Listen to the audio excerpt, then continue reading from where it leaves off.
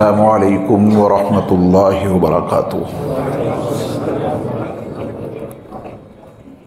बिस्मिल्लाहिर्रहमानिर्रहीम। अल्हम्दुलिल्लाहि रब्बिल आलमीन वस्सलातु वस्सलामु अला सय्यिदिल मुरसलीन व अला आलिहि व अस्हाबिहि व अज़वाजिहि व दुर्रिय्यातिहि व अहलि बैतिहि अजमाइन, अम्मा बाद। किराम मशाइख़ इज़ाम, मेरे दीनी और इस्लामी भाइयों, अज़ीज़ बच्चों और पर्दा नशीन ख़वातीन मिल्लत, आज हमारी गुफ्तगू का उन्वान है अस्हाबे कहफ़ का वाक़या कुरान और हदीस की रोशनी में। मैं कोशिश करूँगा कि इस वाक़ये को कुरान के तनाज़ुर में और अहादीस मुबारका की रोशनी में आपकी खिदमत में पेश करूं। सबसे पहले हमारे और आपके जहन में ये बात मलहूज़ रहनी चाहिए कि ये कुरान किताब हिदायत है। इसके एक एक लफ्ज़ में हिदायत के समंदर पोशीदा हैं। अल्लाह ताला ने इस किताब के तारुफ में भी यही कुछ बताया है, हुदल लिल मुत्तकीन हुदल लिन्नास। दुनिया के तमाम इंसानों के लिए ये किताब हिदायत है, मुत्तकियों के लिए भी ये किताब हिदायत है। कुरान मजीद किताब हिदायत है तो इसमें जो क़िस्से बयान हुए हैं, वाक़यात का जो तज़किरा है, उसकी हैसियत तारीख़ी नहीं है। उन क़िस्सों में बुनियादी पहलू हिदायत का है। ये किताब जैसे साइंस की किताब नहीं है, लेकिन फिर भी साइंसी पहलू इसमें मौजूद हैं, साइंसी हक़ाइक़ इसमें मौजूद हैं, लेकिन वो साइंस की ज़बान में नहीं है, अदब की ज़बान में, अखलाक की ज़बान में। इसी तरह ये किताब हिदायत, इसमें बेशुमार वाक़यात हैं, क़िस्से हैं। क़िस्सों की 1000 आयतें इस किताब हिदायत में मौजूद हैं। क़िस्सों की कितनी आयतें हैं इस किताब हिदायत में? 1000। लेकिन किसी भी क़िस्से में तारीख़ी पहलू को मुक़द्दम नहीं रखा गया। कुरान के हर क़िस्से में हिदायत का पहलू मुक़द्दम है। ये वजाहत इसलिए ज़रूरी है कि बाज़ लोग कुरानी क़िस्सों को तारीख़ी ज़ावियों से देखना चाहते हैं, फिर वो तारीख़ की पुरपेश गलियों में गुम हो जाते हैं, हिदायत से बहुत दूर हो जाते हैं।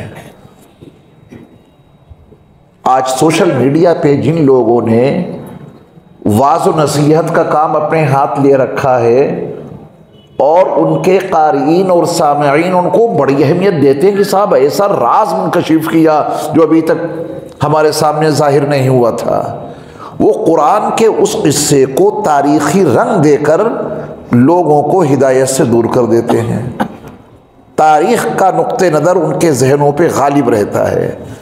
कुरान का मिजाज ये है कि वो किसी भी किस्से को छेड़ता है तो उसमें तारीख़ी पहलू मद्देनज़र होता ही नहीं है, हिदायत के जितने पहलू हैं वो उजागर कर देता है। ये वजाहत मैंने इसलिए कर दी ताकि शुरू में आपका जहन ये बन जाए कि अस्हाबे कहफ़ की असल बस्ती कहाँ है। चलिए आपको मालूम हो गई कि फ़ुला मकाम पर है, इससे हिदायत का कोई राज वाबस्ता हो तो आप बता दीजिए। अगर ये मालूम ना भी हो कि उनकी बस्ती किस मुल्क में, किस शहर में उनकी क़यामगाह थी, अगर ये मालूम ना हो तो क्या हिदायत हासिल करने में कोई असर पड़ेगा? नहीं। उनका शहर मालूम हो या ना मालूम हो, उनकी बस्ती का जाए वक़ू मालूम हो या मालूम ना हो, उनका मुल्क मालूम हो या मालूम ना हो, असल मकसद हिदायत आपके सामने वाज़े हो जाएगा। उनकी तादाद कितनी थी, अगर तादाद मालूम ना हो तो क्या हिदायत का सबक लेने में कोई असर पड़ेगा? बिल्कुल नहीं। अभी उसका बयान आएगा कि उनकी तादाद के बारे में जो इख्तिलाफ है, कुरान ने वाज़े कर दिया कि तुम्हें तादाद से क्या लेना देना, उनका किरदार देखो। अल्लाह अकबर। ये मैं आपको कुरान का मिजाज पहले बता रहा हूँ ताकि पूरा किस्सा हिदायत के उन्वान से हमारे और आपके सामने आए, तारीख़ के उन्वान से नहीं, क्योंकि कुरान तारीख़ की किताब ही नहीं है। बाज़ लोग उलमा को बड़ा परेशान करते हैं कि साहब ये बताइए कि हज़रत मूसा अलैहिस्सलाम की वालिदा का क्या नाम था। अगर हज़रत मूसा अलैहिस्सलाम की वालिदा का नाम मालूम ना हो तो किस्से मूसा से हिदायत लेने में कोई रुकावट बनेगी? कुछ भी नहीं। एक साहब मेरे पास भी आ गए थे कि साहब हज़रत मूसा अलैहिस्सलाम की वालिदा का नाम बताइए। मैंने कहा ज़रूर बताऊँगा, आप मुझे नमाज की वाजिबात सुना दीजिए। जो नमाज के वाजिबात हैं वो आप मुझे बताइए, मैं हज़रत मूसा अलैहिस्सलाम की वालिदा का नाम आपको बता दूंगा। कहने लगे वाजिबात तो मुझे पूरे याद नहीं हैं। मैंने कहा चलिए कोई बात नहीं, अब मुझे ये बताइए कि आप हज़रत मूसा अलैहिस्सलाम की वालिदा का नाम क्यों जानना चाहते हैं, जबकि आपको नमाज के वाजिबात याद नहीं, पहले ये याद करने चाहिए थे। क्या रीज़न है कि आप हज़रत मूसा अलैहिस्सलाम की वालिदा का नाम जानना चाहते हैं? उन्होंने कहा कि मुझे किसी ने ये बताया कि बंद ताले पर अगर हज़रत मूसा की वालिदा का नाम ले लो तो अपने आप खुल जाएगा। तो मैंने कहा कि अब तो मैं आपको बिल्कुल नहीं बताऊंगा, न जाने कहाँ जाके आप डाका डाल दें,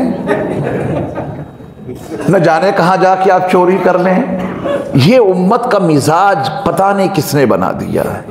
ये किताब हिदायत है, इसमें जहाँ कहीं भी किस्से मूसा छेड़ा गया है उससे हिदायत के पहलू हासिल करो, हिदायत हासिल करो, या मूसा अलैहिस्सलाम की वालिदा का नाम लेकर बंद ताले खोलोगे।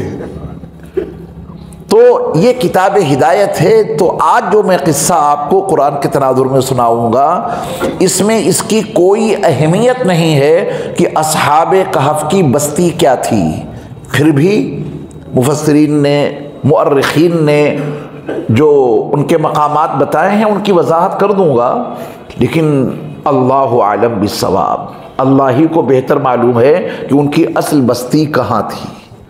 लेकिन चूँकि उससे हिदायत वाबस्ता नहीं है, बस्ती मालूम हो या मालूम ना हो, उनकी तादाद कितनी थी, तादाद से कोई भी हिदायत वाबस्ता नहीं है। वो कितने भी हों, उनका किरदार देखो, जिस किरदार की बुनियाद पे उनका तज़किरा कुरान मजीद में किया गया।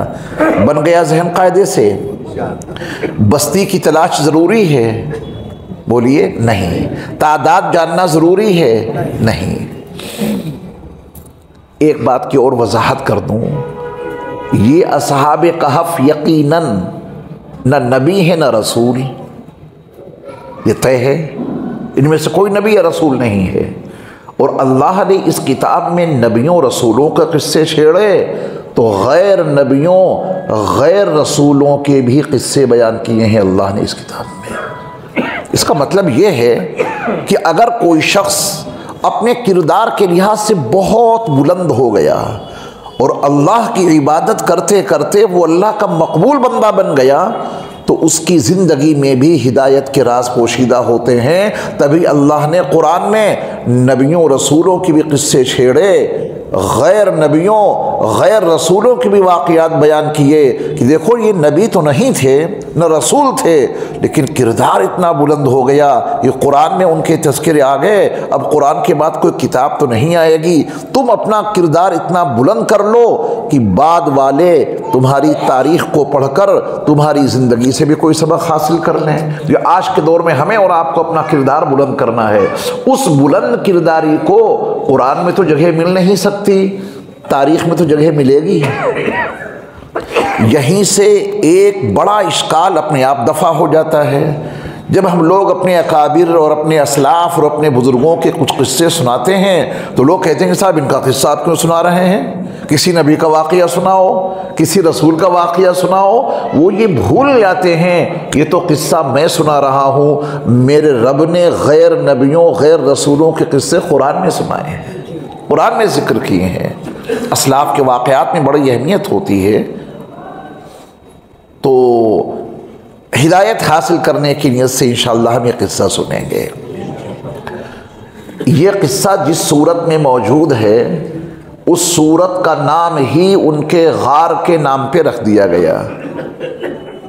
जो सूरतों के नाम हैं उनका मिजाज दो तरह का है। बाज़ सूरतों के नाम उन सूरतों में मज़कूर हैं तो उस नाम से उस सूरत का नाम रख दिया गया। कुछ सूरतें ऐसी भी हैं कुरान मजीद में कि उनका नाम उस सूरत में मज़कूर नहीं है, नया नाम मज़मून के लिहाज से दे दिया गया। सूरह इखलास तो आप सबको याद है ना, अज़ अव्वल ता आखिर पढ़ लीजिए, कहीं लफ्ज़ इखलास आएगा?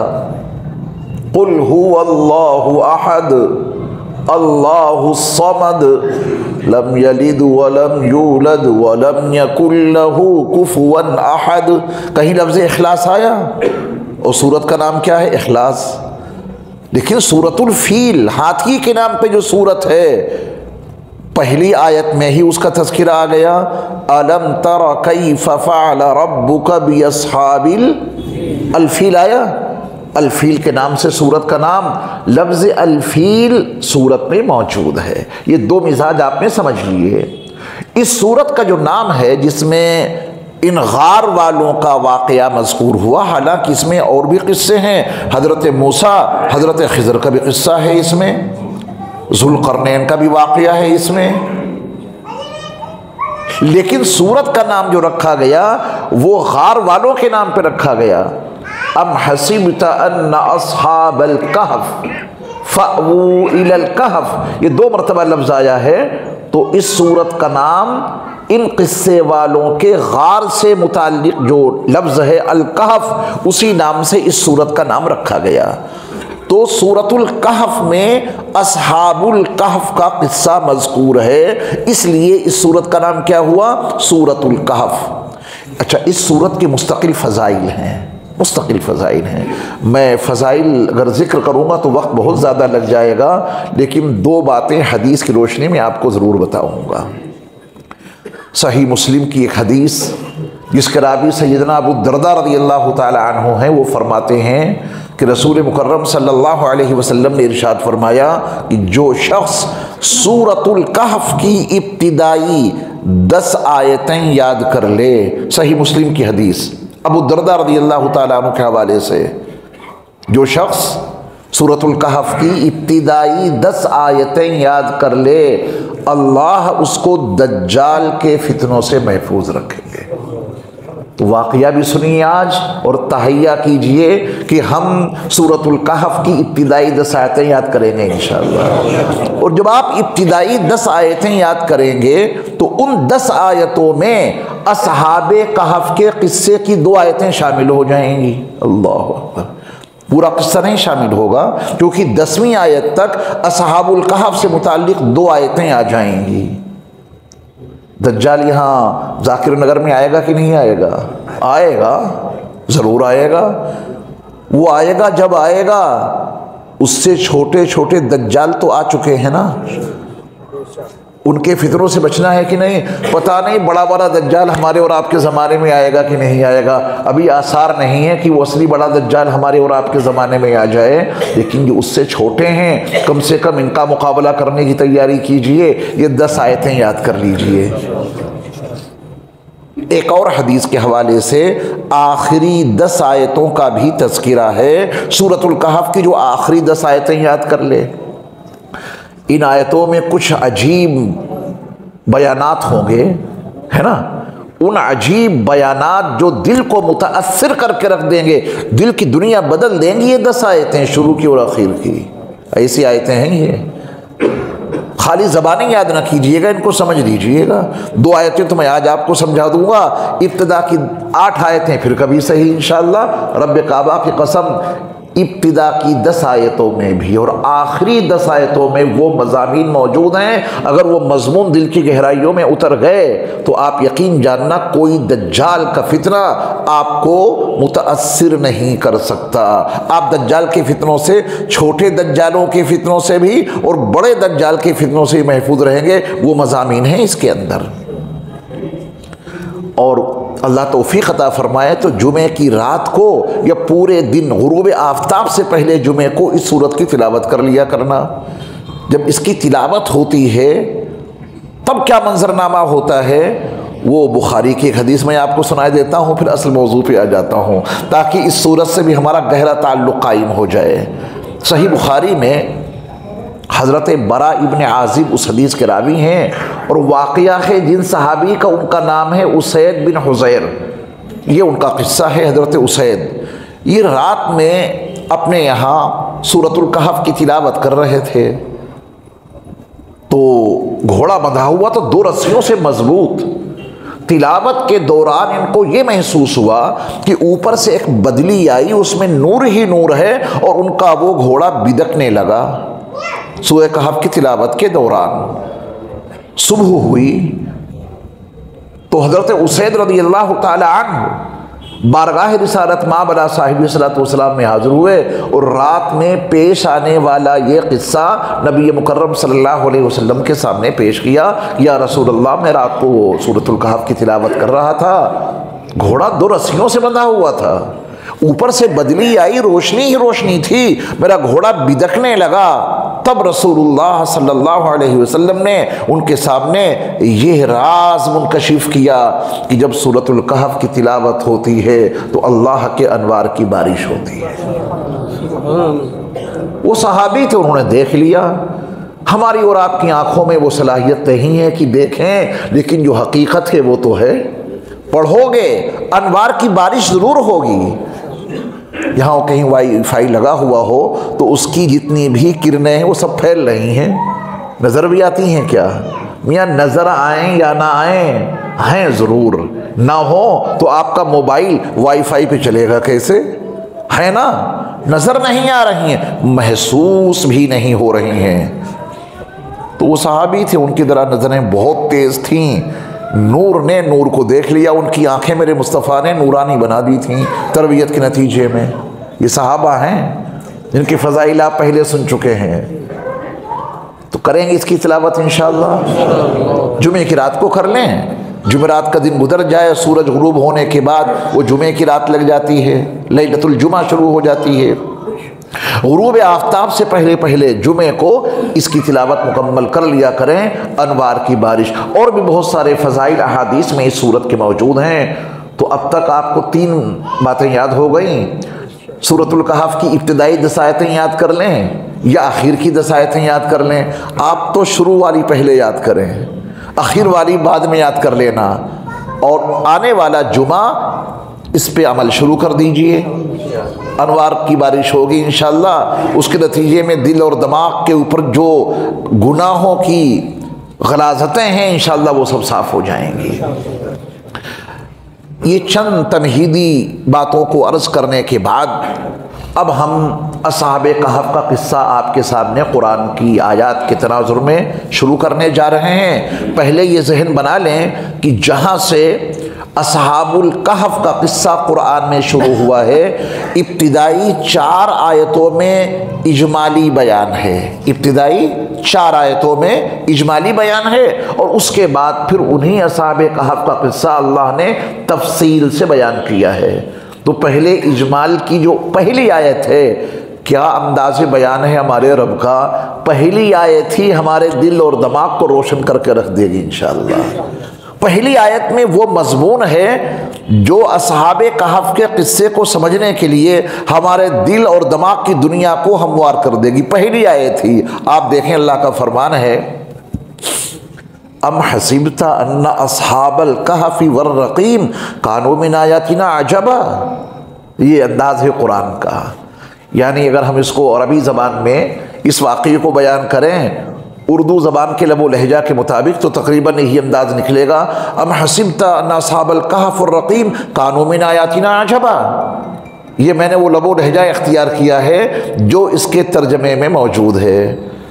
क्या तुम्हारा ये ख्याल है कि असहाबुल कहफ गार वाले और रकीम वाले कोई हमारी अजीब निशानियों में से कोई निशानी थे, कोई अजूबा थे? हम और आप समझते हैं कि बड़ा अजूबा है ये, 309 साल तक वो गार में सोते रहे, बड़ा अजूबा है। अल्लाह कहता कि क्या तुम्हारा ये ख्याल है कि वो कोई अजूबा थे? कोई अजूबा नहीं, उनसे बड़े बड़े अजाइब मौजूद हैं। अल्लाह, और ये इंसान की फितरत है कि वो करिश्माती चीज़ों पे ज़्यादा मुतवज्जे हो जाता है। कोई जादुई चीज़ उसको दिखा दी जाए, उस पर उसकी तवज्जो ज़्यादा मरकूज हो जाती है। माफौकल फितरत खर्क आदत चीज़ कोई दिखाई जाए जो आदत के ख़िलाफ़ हो, फितरत के ख़िलाफ़ हो, माफौकुल फितरत कोई चीज़ हो वो दिखाई जाए तो आदमी जल्दी मुतासिर होता है ना। जादूगर जो भी जादू दिखाते हैं बड़े जल्दी आप मुतासिर हो जाते हैं, है ना, क्योंकि उसका वो अमल बज़ाहिर फितरत के ख़िलाफ़ होता है। वो गर्दन काट देता है, बच्चा फिर ज़िंदा हो जाता है। वो थैले में डाल के बच्चे को गायब कर देता है, फिर वो निकल आता है। हालांकि ऐसा कुछ होता नहीं अंदरूनी खाना, लेकिन हमारी और आपकी निगाहों पे कुछ ऐसा जादू हो जाता है, हम उसे बड़ा अहम समझते हैं, अजूबा समझते हैं। ये इंसान की फितरत है। तो अल्लाह ताला ने पहले ही जहन साफ कर दिया कि असहाबे कहफ जो गार वाले थे, ये तुम्हें इसमें कोई अजूबा नज़र आ रहा है? अल्लाह के अजाइब तो इससे ज़्यादा तुम्हारे अंदर मौजूद हैं। अल्लाह के अजाइब इससे ज़्यादा कायनात की हर शय में मौजूद हैं। उन करोड़ों अजाइब की तरफ तुम्हारी निगाह क्यों नहीं जाती? तुमने इसी किस्से को अजूबा बना रखा है। अल्लाह की कुदरत इसमें भी है, इससे बड़ी कुदरत तुम्हारे वजूद में पोशीदा है। अल्लाह ने इधर ध्यान दिलवाया, हमारा और आपका मुतवज्जे कराया है कि तुम एक ही किस्से को अजूबा मत समझना। तुम्हारी तमाम तवज्जुहात एक ही किस्से पे मरकूज न हो जाएं कि साहब यही किस्सा एक अजूबा है। यही अजूबा नहीं है। अल्लाह ने तुम्हारे वजूद में और कायनात में अपनी कुदरत के इतने अजाइब रख दिए हैं, जिधर निगाह दौड़ाओगे हर चीज़ तुम्हें अल्लाह की तरफ ले जाएगी। अब मौका तो नहीं है ना, हमारा मौजू है, लेकिन आपको दावत दिए देता हूँ, अपने वजूद पे गौर कर लेना। इस अजूबा के तहत में, इस अजबा के तहत में अपने वजूद पे गौर करोगे, रब काबा की कसम असहाबे कहफ के किस्से में भी अजूबा दिखाई देगा और उससे बड़ा अजूबा अपने वजूद में नज़र आएगा। तमसील से तफहीम में तसील होती है। मिसाल दे देने से बातें ज़रा आसानी से समझ में आ जाती हैं। एक मिसाल दिए देता हूँ अजूबे की। ये आँख बनी बनाई आँख जो हमें और आपको अल्लाह ने अता की है, इस बनी बनाई आँख में कोई ख़राबी पैदा हो जाए, कोई बीमारी लाहिक हो जाए, आई सर्जन के पास गए, उसने जांचें लिखी, रिपोर्ट देख के उसने फैसला सुना दिया कि साहब इस आँख का ऑपरेशन होगा, दवाइयों से इलाज मुमकिन नहीं। अब जाहिर बात है कि उसका फैसला आखिरी फैसला है। मरीज़ ने कहा कि अपनी आँख का ऑपरेशन मैं आपसे ही कराऊंगा। डॉक्टर साहब मेरी एक शर्त मान लीजिए, मेरी एक शर्त ये है कि जब आप मेरी आँख का ऑपरेशन करें तो मेरी खोपड़ी को फिक्स ना कीजिएगा। बांध दें आप मेरा सर, फिक्स कर देते हैं ना सर्जन जब ऑपरेशन कर देते, हिले ना बिल्कुल भी। मरीज़ ने यह कैद लगा दी कि आप मेरी खोपड़ी फिक्स नहीं करेंगे। जब आप ऑपरेशन करें मेरी खोपड़ी को खुला रखना, आप अपना काम करते रहना, मैं उसी वक्त मुसलसल अपना सर हिलाता रहूँगा, अपनी खोपड़ी मुसलसल हिलाता रहूँगा। इस हाल में आप ऑपरेशन कर सकते हो तो कर दीजिए। ये मरीज़ ने जिद इख्तियार कर ली। तो वो आई सर्जन उससे क्या कहेगा मुझे अल्फाज नहीं मालूम, लेकिन मेरा विजदान कह रहा है कि वो आई सर्जन उस मरीज से ये कहेगा और आप भी इसकी तस्दीक करेंगे। आई सर्जन उससे ये कहेगा कि तेरी आँख का इलाज तो बाद में होगा, पहले अपने दिमाग का इलाज करा के आ। यही कहेगा तकरीबन, मेरा विजदान कह रहा है। तूने जो शर्त लगाई है कि मैं तेरी खोपड़ी फिक्स किए बगैर ऑपरेशन कर दूं, जब मैं तेरी आँख के नाजुक पर्दे पर नश्तर चला रहा हूँगा तब तू खोपड़ी हिलाएगा, जो थोड़ी बहुत है इससे भी हाथ धो बैठेगा। लिहाजा पहले अपने दिमाग का इलाज करा के आ, तेरी आँख का इलाज बाद में होगा। तकरीबन यही कहेगा ना। अब देखो अल्लाह की कुदरत। अम हसिबता अन्ना अस्हाबल कहफि वर्रक़ीम कानू मिन आयातिना अजबा, क्या तुमने गार वालों के किस्से को, रक़ीम वालों के किस्से को ही अजूबा समझ रखा है? इससे बड़ा तुम्हें अजूबा कुछ और नज़र नहीं आता। इससे बड़े अजाइब तुम्हारे वजूद में मौजूद हैं मगर तुम ध्यान नहीं देते। जब बच्चा माँ के रहम में होता है, हमल ठहर जाता है, तो क्या अल्लाह उस औरत को इसका पाबंद बनाते हैं कि अब तू 9 महीने तक बिस्तर पे लेट के वक्त गुजारेगी, करवट नहीं ले सकती, अब तू आटा नहीं गूंद सकती, अब तू झाड़ू पोछा नहीं कर सकती, अब तू जीनों पे चढ़ नहीं सकती, अब तू जीनों से उतर नहीं सकती। क्यों? अगर तू आटा गूंदेगी तू हिलेगी, झाड़ू पोछा करेगी तेरी बॉडी हिलेगी, जीनों पे चढ़ेगी उतरेगी तो तेरा बदन हिलेगा। मैं तो तेरे लाडले की आंखें तेरे रहम में बनाने जा रहा हूं, आटा गूंधेगी, तेरा बच्चा अंधा बन के पैदा होगा। कैसे आंख बनाऊंगा तेरे लाडले की? जब तू हिलती रहेगी तो आंख बन नहीं पाएगी, जब तू आटा गूंधेगी तो आंख बन नहीं पाएगी, जब तू जीनों पे चढ़ेगी उतरेगी तो तेरे रहम में तेरे लाडले की हिलने जुलने के साथ में आंख कैसे बनाऊं? 9 महीने तक लेट के रहेगी तो तेरे लाडले की आंखें बन पाएंगी। क्या अल्लाह ने किसी औरत को इसका पाबंद बनाया? वो औरत आटा गूंथती रही, वो औरत झाड़ू पोछा करती रही, वो औरत जीनों पे चढ़ती उतरती रही। मेरे रब ने इसी हिलने जुलने के साथ उसके रहम में उसके लाडले की आंखें बना दी। है ना अजूबा? और फिर उस औरत की बॉडी ही नहीं हिलती, उनकी शाम देखो कि वो उसके रहम में बच्चे को हिलाते रहते हैं, घुमाते रहते हैं। अगर बच्चा औरत के रहम में घूमना बंद कर दें तो फौरन मियाँ बीवी डॉक्टर के पास भागते हैं कि साहब देखिए पता नहीं क्या हो गया, ये बच्चा हरकत नहीं कर रहा।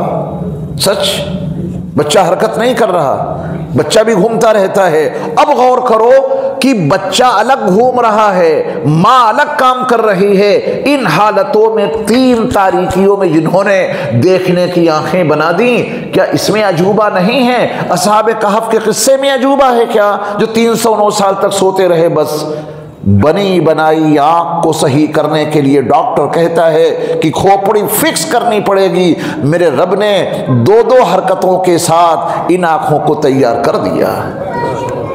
अब अपने पूरे वजूद पे गौर कर लेना।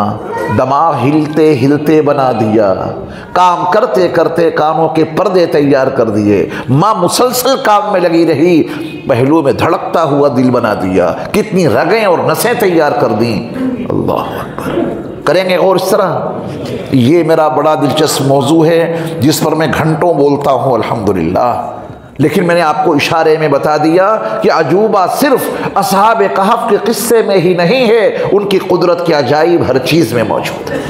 कायनात पे निगाह दौड़ाओ और अपने आप को देखो। ये पहली आयत से मुताल्लिक ज़रूरी बातें थीं। अम हसिबत अन्ना अस्हाबल कहफि वर्रक़ीम कानू मिन आयातिना अजबा।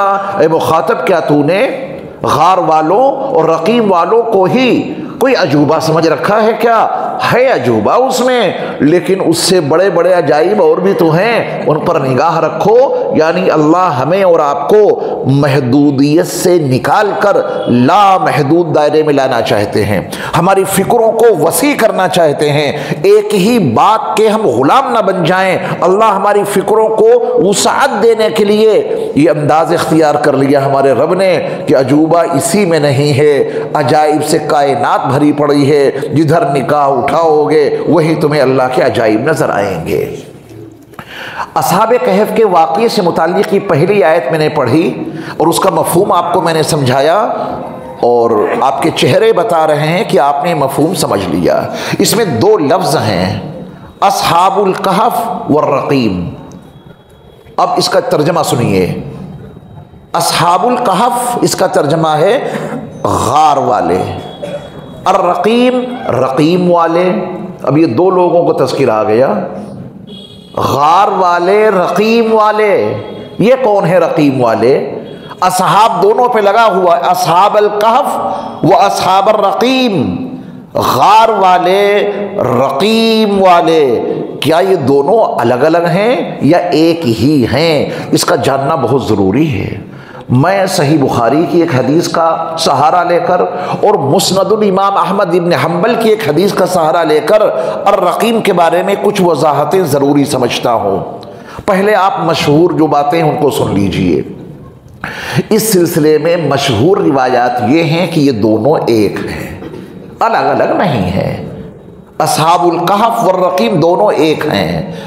ये असहाबुल कहफ इस वजह से कहे गए गार वाले कि गार में जाके सो गए थे, ये आराम करने के लिए गए थे। अल्लाह ने उनको गार में 309 साल तक सुलाए रखा, लिहाजा इनका नाम पड़ गया असहाबुल कहफ, गार वाले। चूंकि रकीम उस बस्ती का नाम है जिसमें ये रहते थे, तो इनको असहाबुर रकीम भी कह दिया गया। गार वाले यूं कि गार में जाके आराम किया था, रकीम वाले इस वजह से कि रकीम के रहने वाले थे। एक कौल। अभी रकीम है कहाँ? मौलाना अबुल कलाम आज़ाद जो इमामुल हिंद हैं, इन्होंने इस मौजू पर बड़ा अच्छा कलाम किया है। इनकी वजाहत के मुताबिक रकीम पेट्रा का नाम है।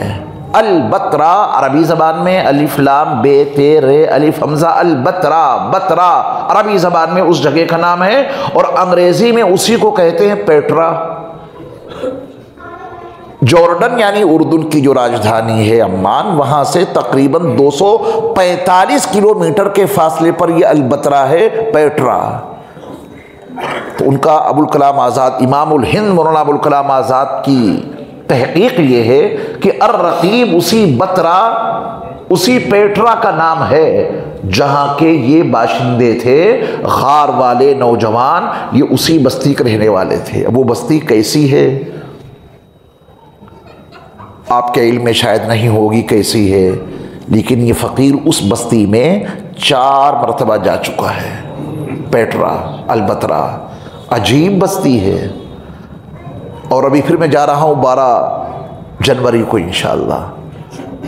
इससे पहले के सफ़र में भी शब मेराज इस फ़कीर ने मस्जिद अक़सा में गुजारी थी। इस मरतबा भी वही तरतीब बनी है कि शब मेराज मस्जिद अक़सा में गुजरेगी, जुमे की नमाज मस्जिद अक़सा में अदा करेंगे इंशाअल्लाह। तो इससे पहले हम लोग जॉर्डन जाते हैं, उर्दून, और उसी में ये पेट्रा का मकाम देखने के लिए सफ़र करना पड़ता है 245 किलोमीटर का तकरीबन। फिर वहाँ पहुँचते हैं। अब वहाँ पहाड़ों को तराश कर कैसे महल्लात बनाए गए, पहाड़ों को तराश के कैसे कब्रें बनाई गई, पहाड़ों को तराश के कैसे म्यूज़ियम बनाया गया। म्यूज़ियम है वहाँ बाकायदा,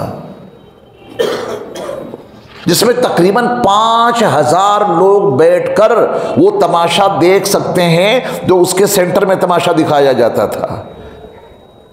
जो बादशाहों का ख़ानदान होता था उसकी जो मस्तूरात हैं वो कहाँ बैठ के तमाशा देखेंगी। पहाड़ों को तराश के उनके घर बना दिए गए, उसमें खिड़कियाँ खोल दी गई, वो पर्दे में रहते हुए सारा तमाशा देखेंगी। अजीब चीज़ है, देख के आदमी दंग रह जाए। तो इमामुल हिंद मौलाना अबुल कलाम आज़ाद की तहक़ीक़ ये है कि अर-रकीम से मुराद ये वाला पेट्रा और अल-बतरा शहर है जहाँ के ये बाशिंदे थे। अगर ये वहाँ के बाशिंदे थे उनकी तहक़ीक़ के मुताबिक, तो फिर जहाँ पे गार वाक़े है ना, उस गार में भी 4 मरतबा गया हूँ मैं। बल्कि मेरा बड़ा एक तफसीली बयान गार के अंदर हुआ है। गार में दाखिल होकर असहाबे कहफ की 4 कब्रें एक तरफ हैं और 3 कब्रें एक तरफ हैं। जिधर 4 कब्रें हैं उनके बीच में थोड़ी सी जगह है, उनके बीच में खड़े होकर मैंने ये पूरा किस्सा उसी गार में अपने साथियों को सुनाया। वो मेरा बयान मौजूद है यूट्यूब पे, जो मेरा चैनल है, कभी आपको मौका हो तो सुन लीजिएगा। मौलाना अनीस बिलग्रामी ऑफिशियल लिखेंगे तो मेरे सारे बयानात हिंदुस्तान के दीगर मुल्कों के आ जाएंगे। उसी में वो पूरा किस्सा मौजूद है जो मैंने गार के अंदर खड़े होके बयान किया। उसको एक साथ में रिकॉर्ड कर लिया था। जब मुझे वो रिकॉर्डिंग मिल गई तो मैंने अपने चैनल पर उसको डाल भी दिया, लोग सुनते हैं। बल्कि एक मरतबा तो मुझे मस्जिद अक़सा में एक साहब मिल गए, दूर से देखा, पूरे ग्रुप को लेके आए, भागते हुए मेरे चिमट गए। मैंने कहा क्या बात है, खैरियत तो है? कहने लगे हम लोग बेंगलोर के रहने वाले हैं, आपकी ही वीडियो सुनकर के तमाम मकामात देखने का जज्बा पैदा हुआ, तो आप ज़रा इसकी वजाहतें हमारे सामने कर दीजिए। तो मैंने एक आधे मकामात की ज़ियारतें उनको कराईं और उसकी वजाहत उनके सामने की। दरअसल ये सब अर्ज़ुल कुरान है, ये कुरान की ज़मीन है। अल्लाह ताला तौफीक अता फरमाए तो कुरान की ज़मीन पे जब आप जाएंगे तो मंजरनामा ही कुछ और होगा। सीरिया, पूरा फ़िलिस्तीन, इज़राइल के कब्ज़े में जो कुछ है वो सब, फिर इधर पूरा मिस्र, ये पूरा जॉर्डन, यही तो है शाम। मिस्र से हट करके जो इलाका है ये शाम है असल, जिसके बहुत सारे अब टुकड़े हो गए। तो ये कुरान की ज़मीन है, अर्जुल कुरान है, कुरान के किस्से इस ज़मीन से मुताल्लिक़ हैं। जब आप वहाँ पहुँचेंगे तो फिर ज़ाविया ही कुछ बदल जाएगा सोचने का, कुछ बहुत कुछ समझ में आएगा। तो एक कौल आप समझ गए, गार वाले रकीम वाले एक ही हैं, अलग अलग नहीं हैं। इनका मस्कन, इनका शहर था रकीम, पेटरा, बतरा, वहाँ से चले तो रकीम वाले हैं क्योंकि वहाँ के बाशिंदे थे। और कहाँ रहे आकर के 309 साल गार में, तो असहाबुल कहफ हो गए। जैसे हम लोग यकीनन दिल्ली से बाहर के लोग हैं, वहाँ से आके तो दिल्ली वाले बन गए, और असल वतन देखेंगे तो आप वहाँ आपकी निस्बत की जाएगी गाज़ियाबादी, फिर दिल्ली वाले भी हो गए देहलवी। तो ऐसे रकीम में रहा करते थे, ये उनकी बस्ती का नाम है। और गार में आके रहे तो असहाबुल कहफ कहलाए। अम हसीबता अन्ना अस्हाबल कहफी वर रकीम, एक ही हैं या अलग अलग? एक ही है। एक कौल और सुन लीजिए। दूसरा कौल ये है कि रकीम इनको इस वजह से कहा गया, रकीम इनकी बस्ती के नाम से मुताल्लिक़ नहीं है, बल्कि बादशाह वक्त ने इनके नाम लिखवा कर ख़जाने में महफूज करा दिए थे एक तख्ती के ऊपर कि हमारे मुल्क के फ़रार मुजरिम हैं, जब कभी जहाँ कहीं मिले इनको ला के हाजिर किया जाए। तो इनके नाम चूँकि तख्ती पे लिखवा कर फ़रार हो गए थे ना, बादशाह की पकड़ से बाहर निकल गए थे और गार में जाके छुपे थे, और क्यों छुपे थे भी उसकी वजाहत कुरान के हवाले से आएगी।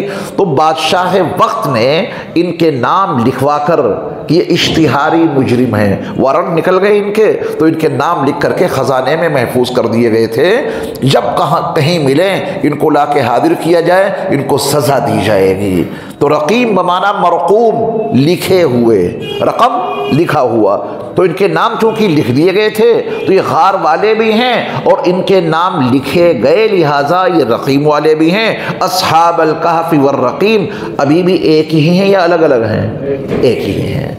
एक कौल ये भी है कि इनके नाम लिख के गार के ऊपर लगा दिए गए थे, तब भी वही तर्जमा होगा कि मरकूम के माने में हैं, तब भी एक ही हैं। लेकिन सही बुखारी में और मुस्नद इमाम अहमद इब्न हम्बल में दो हदीसें ऐसी हैं जिन्होंने अर रकीम को असहाबुल कहफ से बिल्कुल अलग कर दिया, बिल्कुल अलग कर दिया। रकीम वाले कौन हैं? तो आपने बड़ा मशहूर किस्सा सुना होगा बनु इसराइल के 3 नौजवानों का, सही बुखारी में किस्सा है। वो जा रहे थे, गार के अंदर छुप गए, रात हो गई, ऊपर एक बहुत बड़ा पत्थर लुढ़क के आया, उनके गार पे आके रुक गया।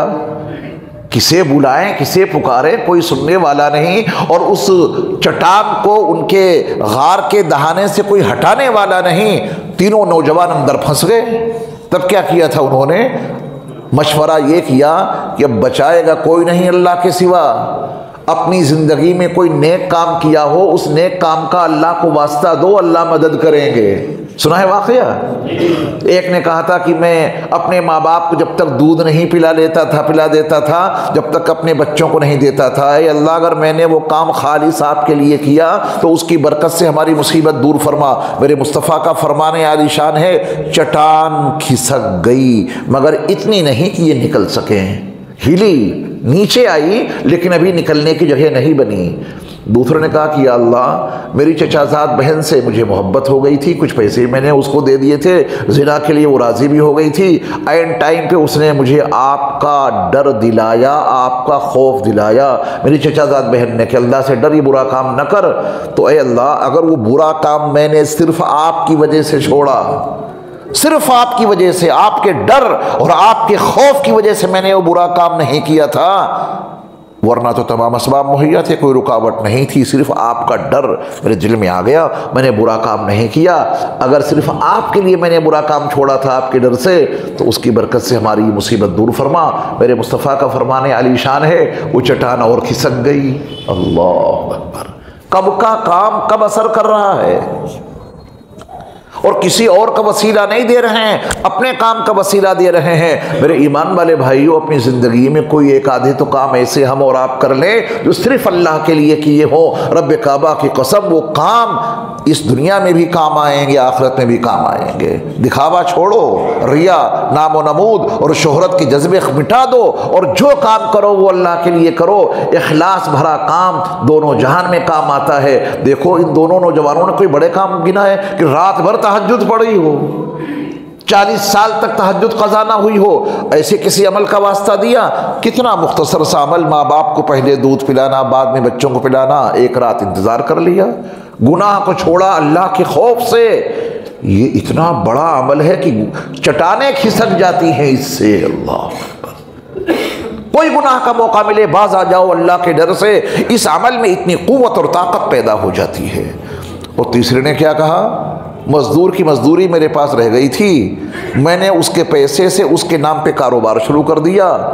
बड़े अरसे के बाद वो अपनी मज़दूरी लेने आया तो मैंने कहा कि बकरियों का रेवड़ इतना बड़ा और ये सारे ऊँट और ये सारा मालो ज़र, ये सब तेरा है, ले जा। तो उसने कहा कि मुझसे मजाक क्यों करते हो, मैं तो अपनी मज़दूरी लेने आया था, मजाक न करो कि बकरियाँ तुम्हारी हैं और ये ऊँट तुम्हारे हैं और ये सब तुम्हारा है, हमारा कुछ नहीं।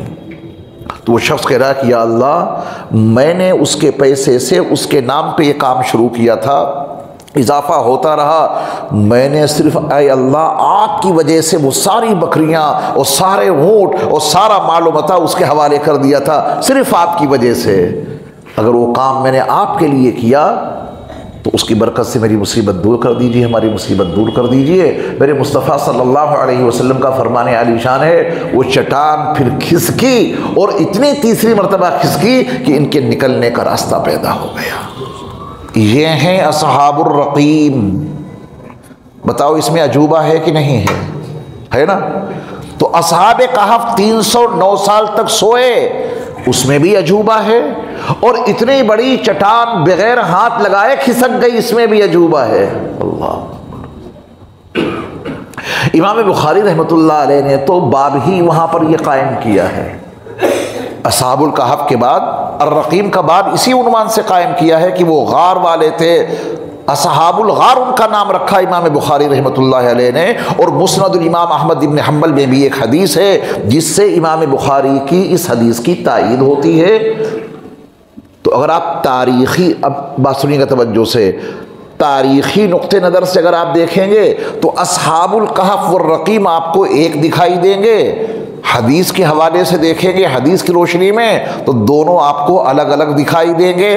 असहाबुल कहफ ये गार वाले हो गए, असहाबुल रक़ीम उस गार वाले हो गए जिसकी चट्टान ने उनके दहाने को बंद कर दिया था। ठीक, क्या दोनों में कुछ अजूबा है तो अजूबा, लेकिन इतना नहीं कि नजर इन्हीं दो किस्सों पे ठहर जाए। उनके अजूबे तो कायनात के हर हिस्से में फैले हैं।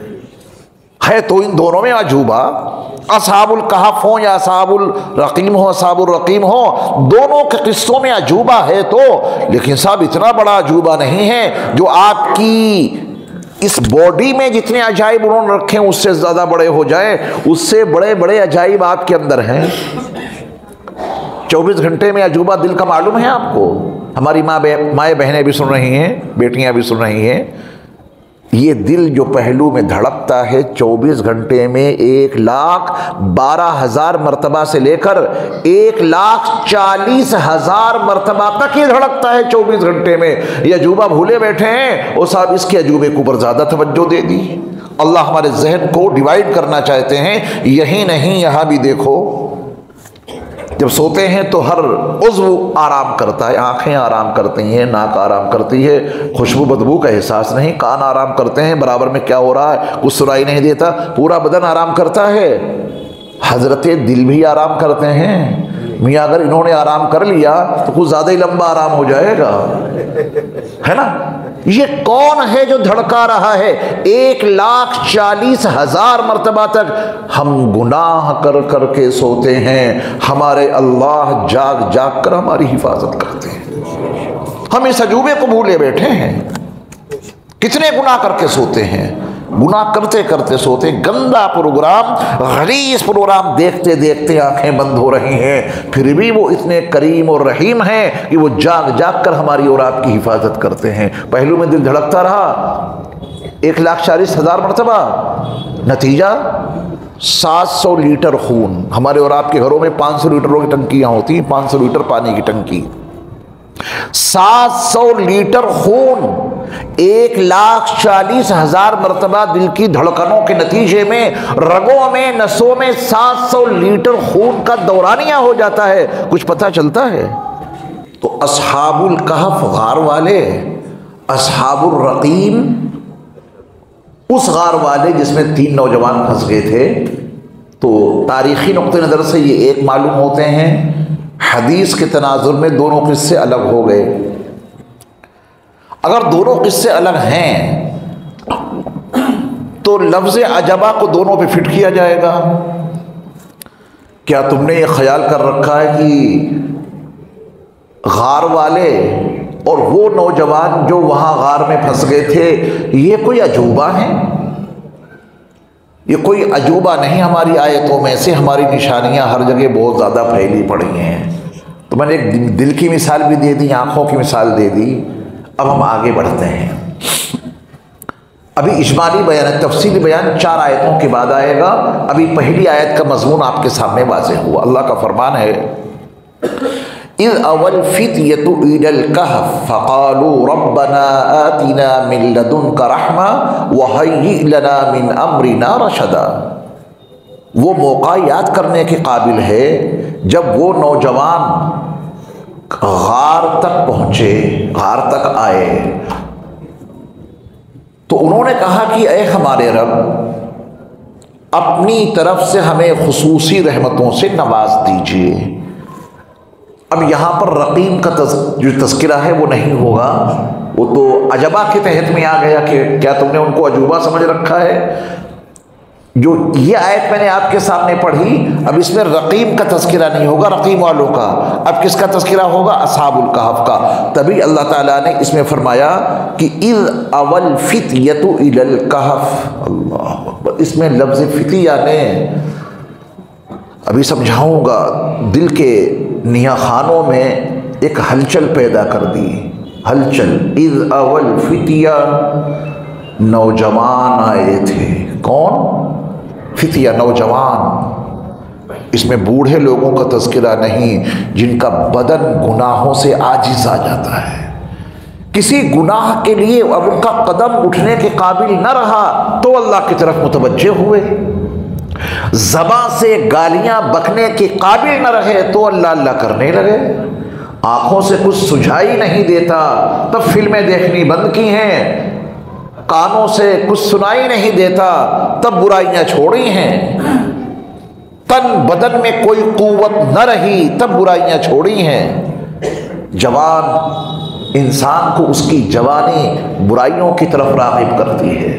उसके दिल में गुनाहों की एक हलचल, एक तूफान बरपा रहता है। गुनाह करने के लिए आंखें तैयार, गुनाह की बातें सुनने के लिए कान तैयार, गुनाह की बातें बोलने के लिए ज़बान तैयार, गुनाह के एहसासात के लिए दिल और दिमाग की दुनिया बसी हो गई। वो हर गुनाह की तरफ राग़िब होता है। जवानी के आलम में मेरे रब ने बताया कि वो लोग जो एक मुशरिक हुकूमत का मुकाबला करते हुए अल्लाह की खातिर उन्होंने अल्लाह पर ईमान लाकर जवानी के आलम में वो गार की तरफ आए थे। जवान थे वो, जवान गुनाहों की तरफ राग़िब नहीं हुए, नेकियों की तरफ आए। नबी करीम सल्लल्लाहु अलैहि वसल्लम का फरमाने आलीशान भी है कि कल मैदान महशर में जब अल्लाह के अर्श के साये के सिवा कोई और साया ना होगा तब अल्लाह अपने अर्श के साये में उन नौजवानों को जगह अता फरमाएंगे जिनकी जवानी अल्लाह की इबादत में गुजरी होगी। मेरे ईमान वाले भाइयों, वैसे तो उनके यहाँ उम्र का कोई स्केल नहीं है। जो आदमी जिस उम्र में चाहे तौबा करके उनकी बारगाह में मकबूल बन जाए, लेकिन जिसकी जवानी इबादत में गुजरी हो, अल्लाह को उस जवान की जवानी की इबादत बहुत ज़्यादा पसंद है। रद्द वो कभी नहीं करते। उनकी वैकेंसी में कोई कैद नहीं है उम्र की कि इस उम्र में आओगे तो इस्लाम में दाखिला मिलेगा। नहीं, कभी भी जाओ। तौबा करने के लिए उम्र की कोई कैद नहीं है। उम्र के जिस हिस्से में चाहो तौबा करो, तौबा ज़रूर कबूल होगी। लेकिन मेरे जवान दोस्तों, तुम्हारी जवानी की इबादत अल्लाह को बहुत पसंद है। तैयार हो जाओ जवानों, असहाबे कहफ के किस्से में अल्लाह ने क्या फरमाया, इज़ अवल फित्यतु, नौजवान आए थे, बूढ़े नहीं, जो गुनाहों के काबिल ना हो वो नहीं, उन जवानों ने जवानी के आलम में हर गुनाह को त्याग देकर, हर गुनाह को छोड़कर अपने अल्लाह की इबादत में मसरूफ़ अमल हो गए थे। और अपने अल्लाह से उनको ऐसी मोहब्बत हो गई कि अपना ईमान बचाने के लिए अपना वक़ार, अपनी इज्जत, हर चीज़ दांव पे लगा दी थी, अपनी जान दांव पे लगा दी थी, अपना वतन छोड़ दिया, घर बार छोड़ दिया। ये नौजवान मामूली लोग नहीं थे। इनके वालिदैन को उस बादशाह की हुकूमत में, इनके वालिद को, इनके बापों को उस बादशाह के हुकूमत में बड़ा इख्तिदार हासिल था, बड़े मालदार लोगों के बच्चे थे। ये नौजवान निकल खड़े हुए अपने ईमान के तहफ़्फ़ुज़ के लिए। अगर हमें और आपको आज के दौर में अपना ईमान बचाना पड़ जाए, उसके लिए हर तरह की कुर्बानी के लिए तैयार रहना, असहाबे कहफ का किस्सा ये बता रहा है कि हमारे लिए मुक़द्दम ईमान होना चाहिए। अगर ये बात समझ में आ गई तो फिर छोटा दज्जाल हो या बड़ा, आप बड़ी आसानी से असहाबे कहफ का किस्सा सुनकर, पढ़कर हर चीज़ का मुकाबला करने के लिए तैयार हो जाएंगे, अपने ईमान के तहफ़्फ़ुज़ के लिए और गुनाहों से अपने आप को बचाने के लिए। लफ्ज़ अल-फितिया हमें और आपको बहुत कुछ बता रहा है। हमारे जवानों को ये सबक मिल रहा है इससे। इज़ अवल फितियतु, वो जो आए थे गार वाले, असहाबुल कहफ जो थे, वो बूढ़े लोग नहीं थे, उम्र रसीदा लोग नहीं थे, वो जवान लोग थे। जवानी के आलम में इतनी बड़ी कुर्बानी दी है उन्होंने। और उस गार के पास आके उन्होंने क्या कहा, अपने रब को पुकारा, ऐ हमारे रब, आप हमको अपनी तरफ से खुसूसी रहमतों से नवाज दीजिए और हमारा मामला ज़रा दुरुस्त कर दीजिए, हम हालात से मारे हुए हैं। तो अल्लाह का फरमान है भी इजमाली बयान, हमने उनके कानों पे थपकियाँ दे दी। फदरबना अला आज़ानिहिम फिल कहफ, उसी गार में हमने उनके कानों पे थपकियाँ दी, यानी हमने उनको सुला दिया। एक माँ अपने मासूम से बच्चे को सुलाने के लिए कितने प्यार से थपकी लगाती है, या इतनी ज़ोर से मारती है कि उसकी नींद ख़राब हो जाए। किसी माँ को, किसी भी माँ को अपने बच्चे को सुलाने के लिए कान पे थपकी देने का वो सलीका कहाँ, जिस शान से मेरे रब ने इन गार वालों के कानों पे थपकी लगाई होगी, कितनी रहमत की वो थपकी होगी कि लेटते ही उन्हें नींद आ गई। ये अल्लाह का बयान है। फदरबना अला आज़ानिहिम फिल कहफ, उसी गार में हमने उनके कानों पे थपकियाँ लगाई, यानी रहमत की ऐसी उनके ऊपर थपकी लगाई कि वो सो ही गए। सीनीन आददा, चंद सालों तक अल्लाह उन्हें वहीं सुलाता रहा। उसका तज़किरा बाद में आएगा। अभी इजमाली बयान में चौथी आयत, सुम्मा बअसनाहुम, फिर हमने उनको उठा दिया। सुलाया भी अल्लाह ने, वो खुद से नहीं सोए थे। वो जो सोए थे वहाँ जाकर, उस सोने में उनकी फितरी नींद नहीं थी। थोड़ी देर आराम के लिए लेटे थे कि कहीं और चलेंगे अपने आप को बचाने के लिए।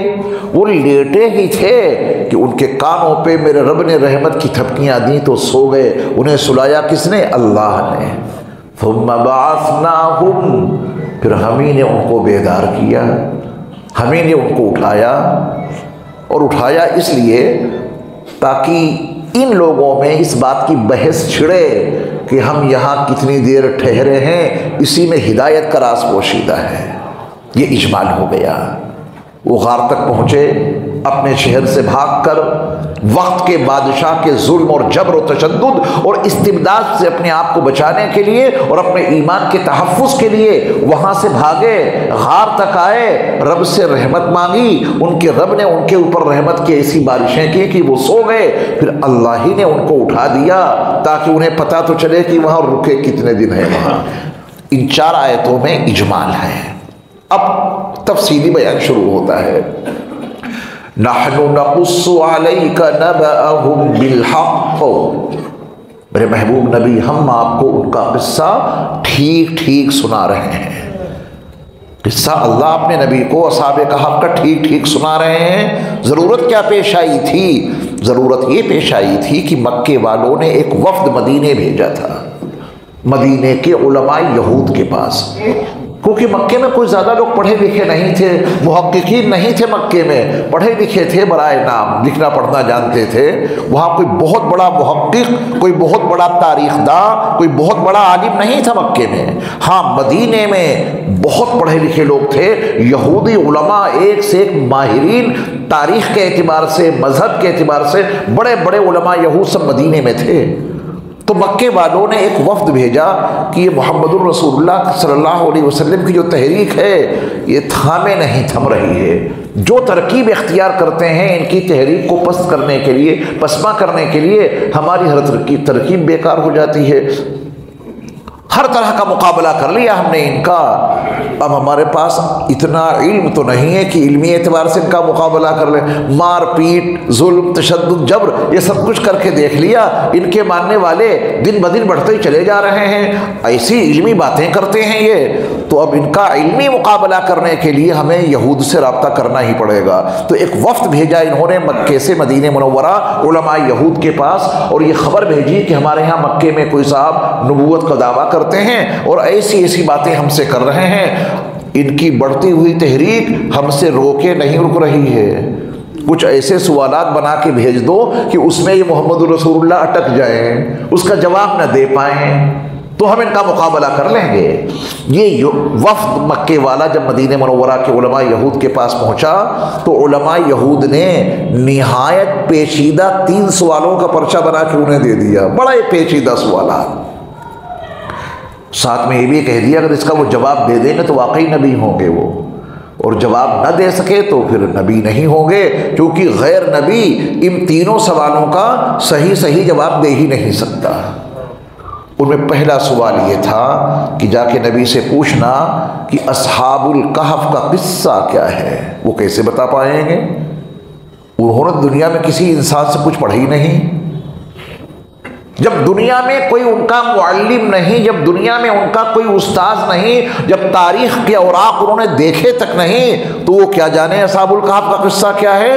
वो तो हमारे पास है, सही किस्सा हमारी किताबों में है, और वो किताब देख के पढ़ते ही नहीं है। न किसी तारीखदार से उनका कोई ताल्लुक है। बचपन ऐसे गुजरा, जवानी तिजारत में गुजरी, बचपन में बकरियां चराई, यह किस्सा वो बयान नहीं कर सकते।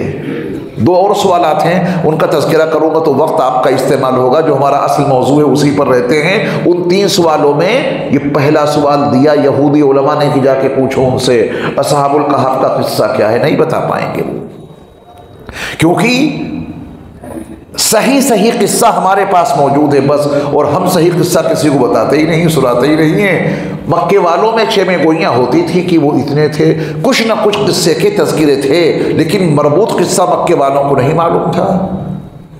रोम में इस किस्से के तज़किरे थे, लेकिन उनको भी तफसील नहीं मालूम थी। कहा कि यही पेचीदा किस्सा है, तफसील से किसी को नहीं मालूम, सिर्फ उलमा यहूद को मालूम है उसकी तफसील, और वो किसी को सुनाते नहीं थे। लिहाजा जाके उनसे पूछो कि अस्हाबुल कहफ का किस्सा क्या है। अटक जाएंगे, जवाब नहीं दे पाएंगे, लेकिन अगर उन्होंने बता दिया तो बस यकीन कर लेना कि वो सच्चे नबी हैं। अल्लाहु अकबर। 2 सवालात और हैं जो इसी सूरत में मौजूद हैं, लेकिन उनका तज़किरा एक रूह के बारे में है जो इससे पहले है, और एक सवाल इसमें और है ज़ुल्क़रनैन के बारे में, वो इसी सूरत में मौजूद है। तो उसको छेड़े बगैर हम इसी सवाल पे आ गए कि अस्हाबुल कहफ का किस्सा क्या है। ये मुतालबा था उनका, मुतालबा है तो सुनो। नहनु नक़ुस्सु अलैका नबअहुम बिलहक़, ये आपके पास सवाल लेके आए हैं अस्हाबे कहफ का किस्सा क्या है। ए नबी, हम आपको उनका किस्सा सही ठीक सुनाए देते हैं, और ऐसे सुनाया है मेरे रब ने किस्सा अपने नबी को कि इस धरती पर इस किस्से को इस तरह कोई जानता ही नहीं था। अल्लाह, इतना सच्चा, इतना अच्छा हकीकत पर मबनी किस्सा अल्लाह ने सुनाया नबी मुकर्रम सल्लल्लाहु अलैहि वसल्लम को। फरमाया कि इन्नहुम फित्यतुन आमनु बिरब्बिहिम वज़िदनाहुम हुदा। दरअसल अस्हाबुल कहफ चंद नौजवान थे, अभी तादाद का तज़किरा नहीं, तादाद का तज़किरा जहाँ पे आएगा वहाँ पर चलेंगे इंशाअल्लाह।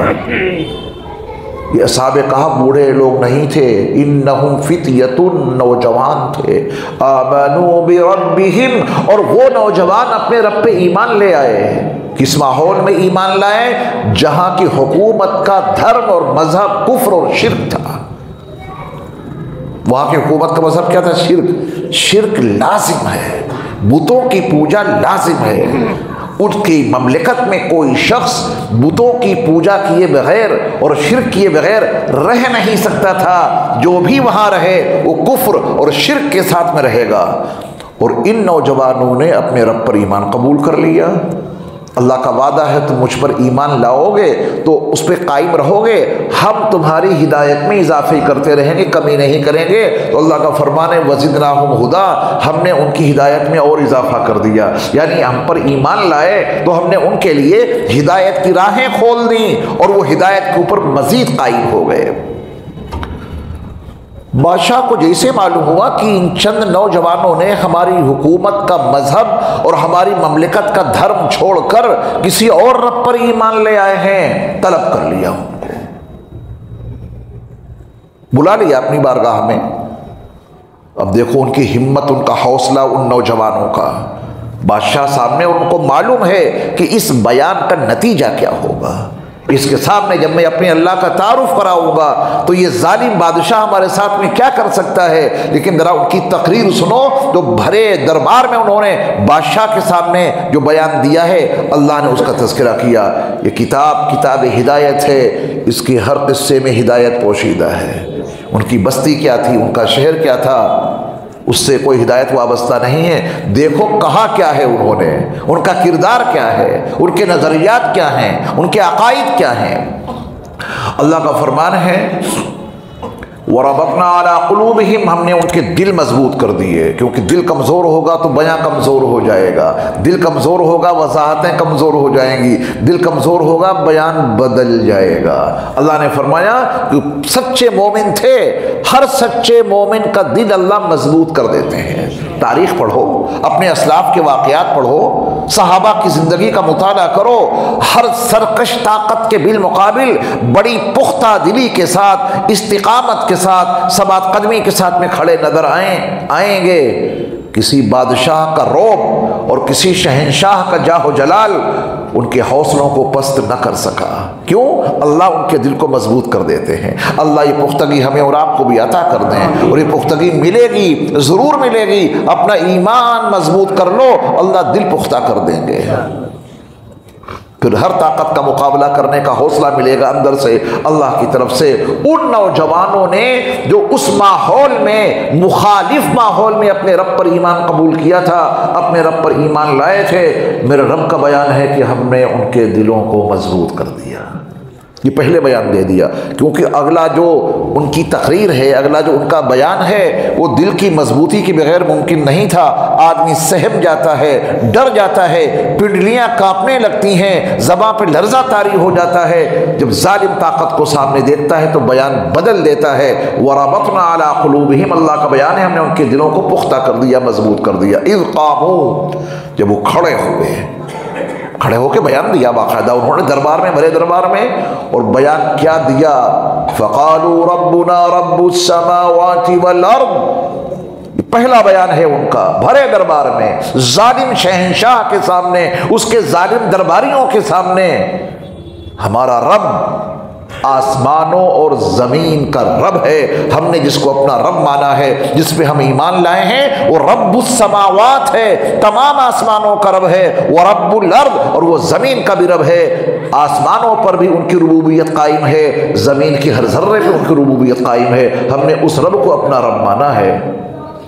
अपने हाथों के तराशे हुए सनम हमारे रब नहीं, तुम्हारे हाथों के बनाए हुए बुत हमारे रब नहीं, जिनके वजूद का हर नक्श तुम्हारे हाथों का मोहताज है, जिनके वजूद का हर नक्श तुम्हारे हाथों का मोहताज है। जरा सी छेनी बहक जाती, जरा सी ज़र्ब ज़्यादा लगती हथौड़ी की, ये नाक पता नहीं कहाँ गिरती जाके बनाते बनाते, है ना।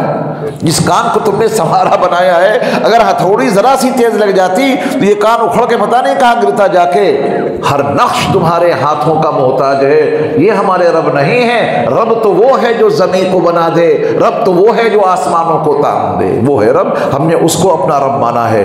ये बयान मामूली बयान नहीं है। रब्बुना रब्बुस समावाति वल अर्द, हमारा रब वो है जो आसमानों का रब है और ज़मीन का रब है। लिहाजा लन नदउ मिन दूनिही इलाहा, हम उनके अलावा किसी को माबूद तस्लीम नहीं कर सकते। माबूद तो वही हो सकता है जो रब्बुस समावात हो, माबूद वही हो सकता है जो रब्बुल अर्ज़ हो। और यही मफ़हूम 114 नंबर की सूरत में मौजूद है बड़ी तरतीब के साथ। 114 नंबर की सूरत सूरतुन नास, कुल अऊज़ु बिरब्बिन नास, आप कहिए मैं पनाह चाहता हूँ तमाम लोगों के रब की। जो तमाम लोगों का रब है उसी को हक़ है कि वो लोगों का बादशाह बने, मलिकिन नास। हम लोगों के बादशाह की पनाह तलब करते हैं। जो लोगों का रब है वही लोगों का बादशाह हो सकता है, फिर जो लोगों का हकीकी बादशाह है वही लोगों का माबूद हो सकता है, इलाहिन नास।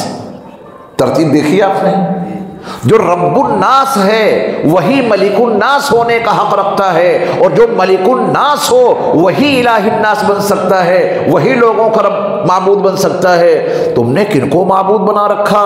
क्या आसमान और ज़मीन की तख्लीक में इनकी कोई हिस्सेदारी है? जब आसमान और ज़मीन की तख्लीक में इनकी कोई हिस्सेदारी नहीं तो ये लोगों के बादशाह भी नहीं बन सकते, और जब ये लोगों के बादशाह नहीं बन सकते तो लोगों के माबूद कैसे बन जाएंगे? अल्लाह अकबर, क्या तरतीब है उस सूरत में। वही बात इन्होंने कही इन नौजवानों ने।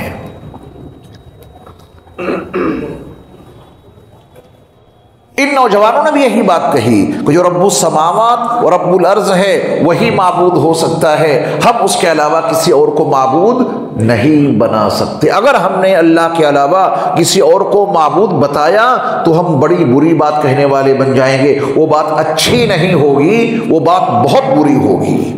अच्छी बात तो यही है जो रब्बुस समावात वल अर्ज़ है उसको अपना माबूद बनाएं, हम उसके अलावा किसी और को अपना माबूद नहीं बना सकते। अगर हमने उसके अलावा किसी और को अपना माबूद कह भी दिया तो बड़ी बुरी बात हो जाएगी। वो उन नौजवानों ने यह भी कहा कि ये हमारी वो कौम है जिसने अल्लाह को छोड़कर दूसरों को अपना माबूद बना लिया। आप उनकी जुर्अत देखें, आप उनकी हिम्मत देखें। पहले तो अपना मसला बयान किया कि हम उस रब को अपना माबूद मानते हैं जो आसमानों का रब है, ज़मीनों का रब है। अगर हमने उसके अलावा किसी और को माबूद बना लिया बड़ी बुरी बात हमारी ज़बान से निकलेगी।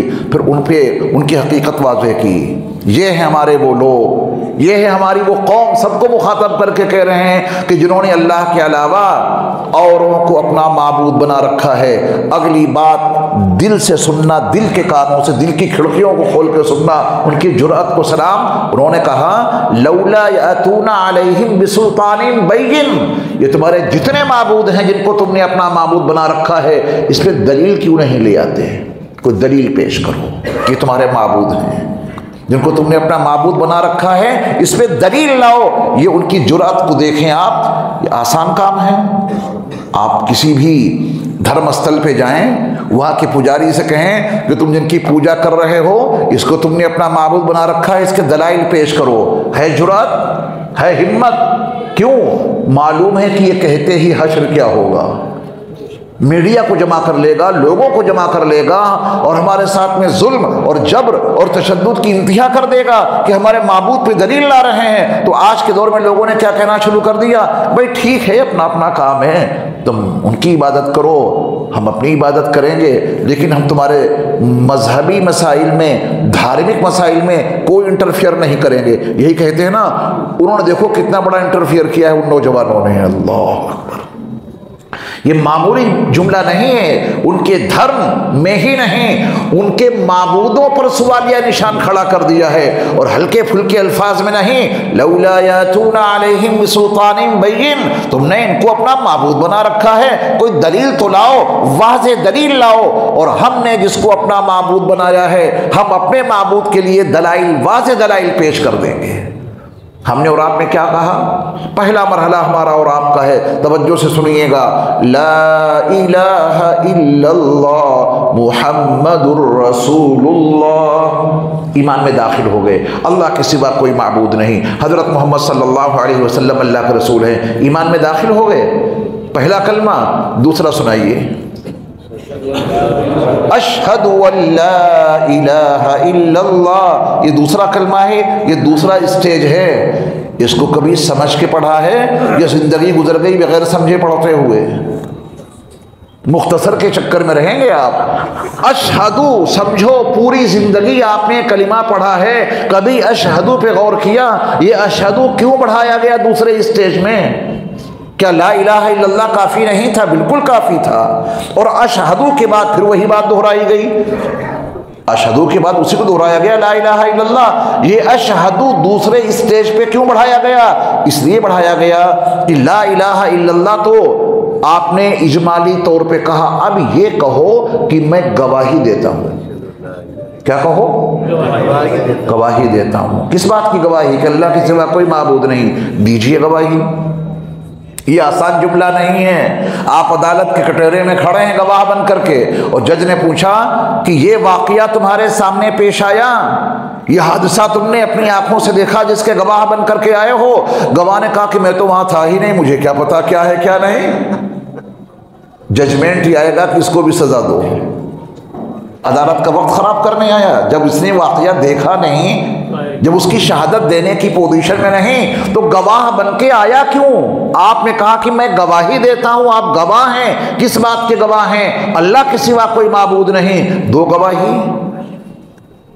गवाही देने का मतलब जो उनका मुनकिर है उसे समझा दो कि वो हैं। और ये आसान काम नहीं है गवाही देना। गवाही से कैसे साबित करेंगे कि अल्लाह है? साबित करना पड़ेगा, क्योंकि आप गवाह हैं उसके। कोई मजमून नहीं मालूम, कुछ भी नहीं पता, अल्लाह के वजूद को साबित करने के दलाइल और शवाहिद का कोई भी इल्म नहीं, और कहते हैं साहब अशहदु अल्ला इलाहा इल्लल्लाह में गवाही देता हूं। आप तो गवाही देने की पोजीशन में है ही नहीं। कोई आपसे ये पूछ ले कि वो अव्वल है या आखिर, तो आपने कहा कि वो दोनों हैं। कहेगा समझाओ, जो अव्वल है वो आखिर नहीं हो सकता, जो आखिर है वो अव्वल नहीं हो सकता। इस पे आप कैसे समझाएंगे? किसी ने कहा कि वो जाहिर हैं या बातिन, आपने कहा कि वो दोनों हैं, वो जाहिर भी हैं वो बातिन भी हैं। वो कहेगा भाई ऐसी बातें मेरे सामने मत करो, जो जाहिर होगा वो बातिन कैसे हो सकता है, जो बातिन है वो जाहिर कैसे हो सकता है? जाहिर जिसे देख लिया जाए, बातिन जिसे देखा न जा सके, एक ही जात न जाहिर भी हो और बातिन भी हो, ये कैसे हो सकता है? आप गवाही दे के समझा सकते हैं अपने अल्लाह को कि वो जाहिर भी है और वो बातिन भी है। झूठे तो नहीं अपनी इस बात में, अशहदु में मैं गवाही देता हूं। झूठ बोलते हैं, सच्चे नहीं हैं। ला इलाहा इल्लल्लाह में तो सच्चे हैं, मान लिया हमने कि उनके सिवा कोई माबूद नहीं, लेकिन जब अशहदु कहा है और गवाही देने की पोजीशन में है, नहीं कुछ भी नहीं जानते अल्लाह के बारे में, सच्चे हैं, सच्चे बन जाओ।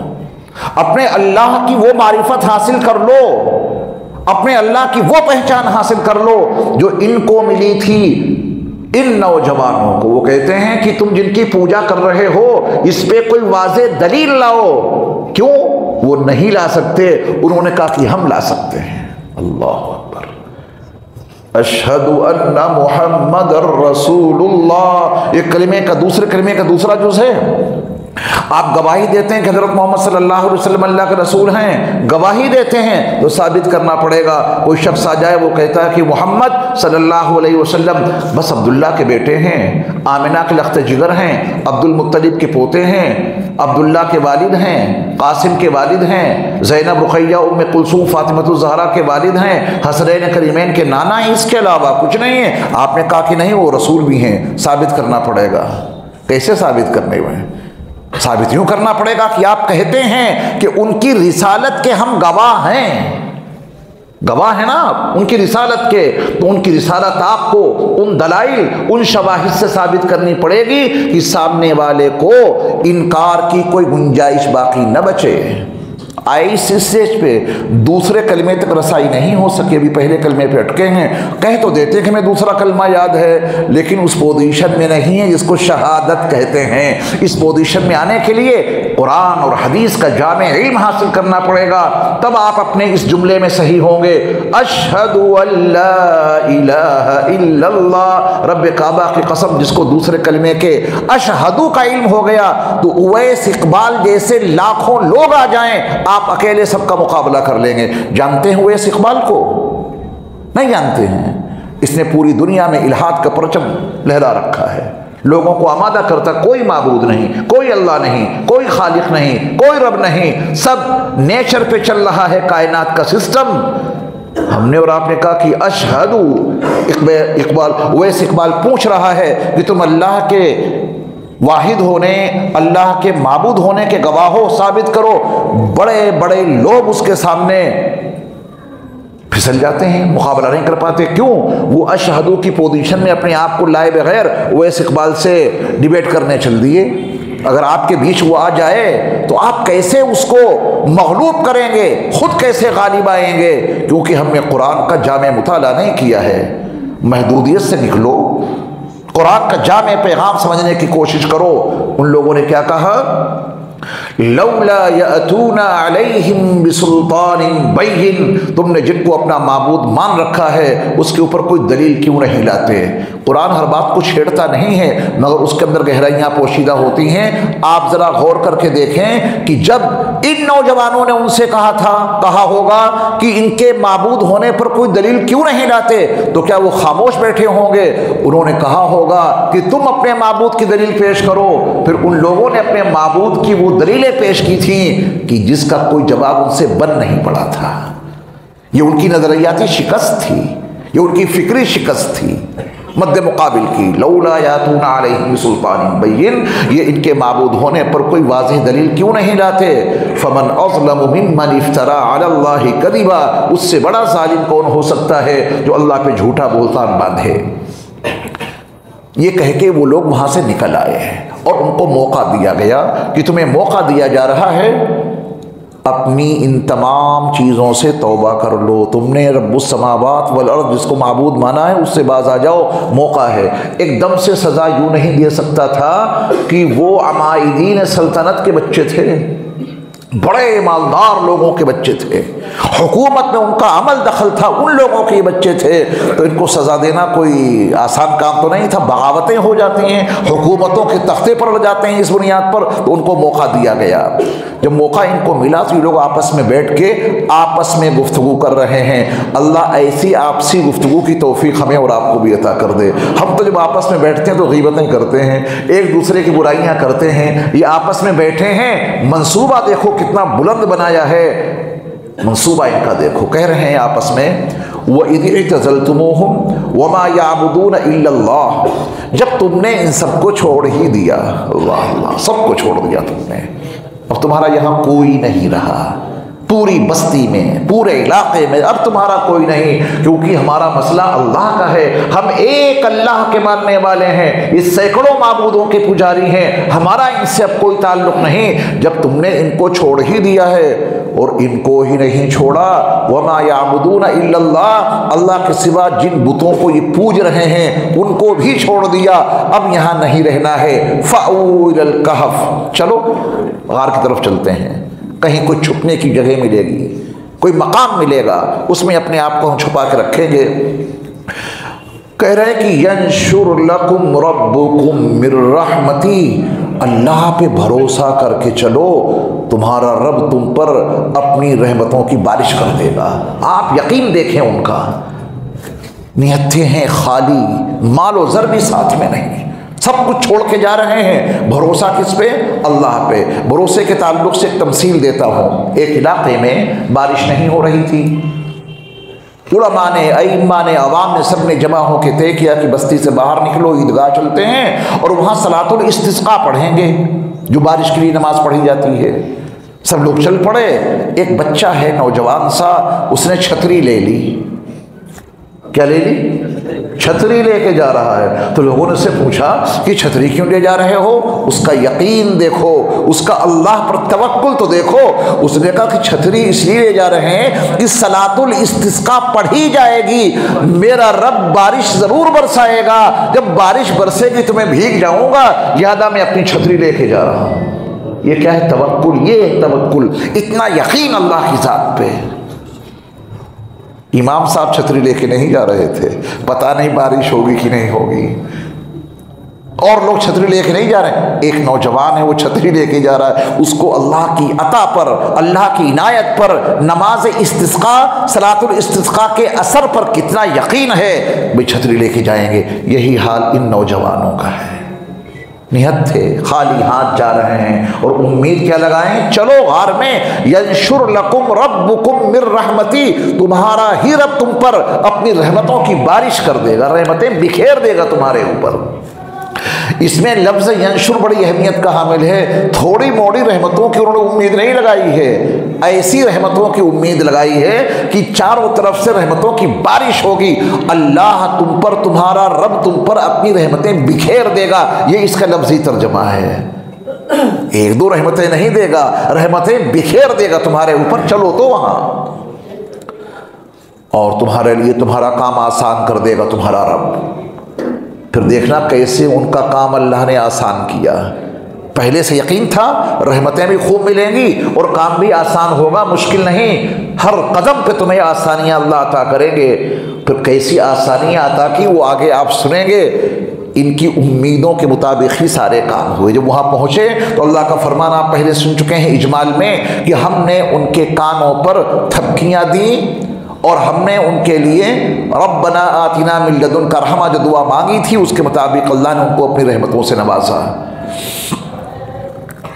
अब वो गार में पहुँचे, गार में पहुँच गई, बातें करके गार में पहुँच गए। वो गार कहाँ है, यहाँ पे चंद बातें अर्ज़ कर दूँ और मेरे ख्याल से यहीं पर हमारा वक्त मुकम्मल हो जाएगा। बड़े हक़ाइक़ हैं इसके अंदर। देखिए, एक ममलिकत है, एक सल्तनत है, उसको अरबी में उर्दुन कहते हैं, अंग्रेज़ी में उसको जॉर्डन कहते हैं। जॉर्डन की जो सल्तनत का जो दारुल खिलाफा है, जो कैपिटल है अम्मान, उसके बिल्कुल करीब उसी से मुत्तसिल ये गार दरियाफ्त हुआ है। हज़रत मौलाना मुफ्ती तकी उस्मानी साहब, हज़रत मौलाना मुफ्ती मोहम्मद तकी उस्मानी साहब दामत बरकातुहुल आलिया की एक किताब है, उसका नाम है जहान दीदा। कभी मौका हो तो आप उसका मुताला कर लें, क्योंकि जब मैं पहली बार जॉर्डन गया था बैतुल मुक़द्दस और मिस्र के सफ़र पर, तो मैंने उस किताब का बहुत जामे मुताला किया था, क्योंकि वो उस किताब में बहुत सारे वो मज़ामीन हैं जो जॉर्डन और मिस्र से मुताल्लिक़ हैं। हज़रत मुफ्ती साहब बैतुल मुक़द्दस तो जा नहीं सकते, वो नहीं गए वहाँ। वजह आपके इल्म में है कि उनके मुल्क ने उसको तस्लीम नहीं किया।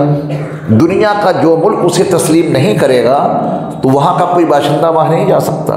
एक पुल है जो जॉर्डन और इज़राइल के बीच में है, उस नहर पर है जिस नहर का तज़किरा कुरान में है, इन्नल्लाह मुब्तलीकुम बिनहर। वो नहर आज भी जारी है। उस नहर पे एक पुल है, जसरुल मलिक अल हुसैन के नाम से उस पुल का नाम है। हज़रत मुफ्ती साहब वहाँ तक गए और वहीं से कुछ नज़ारे देखे बैतुल मुक़द्दस के। वो बहुत कुछ लिखा है उन्होंने उस मौजू पर।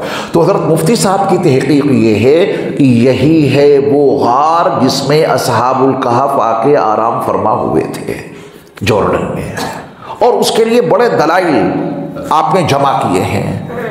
उन तमाम दलाइल के तनाजुर में अगर ये तारीख़ी एतबार से आप यकीन बना लें, सोच लें कि हाँ यही वो गार है, तो कोई हरज नहीं, वल्लाहु आलम बिस्सवाब। लेकिन पूरी दुनिया में यही गार ज़्यादा मशहूर है असहाबे कहफ़ के उन्वान से, जो जॉर्डन में मौजूद है, और वहाँ ये फ़कीर 4 मरतबा जा चुका है अल्हम्दुलिल्लाह। अब उस गार का जो मंजरनामा है वो तो आप हमारी वीडियो में देख लीजिएगा कैसा गार है।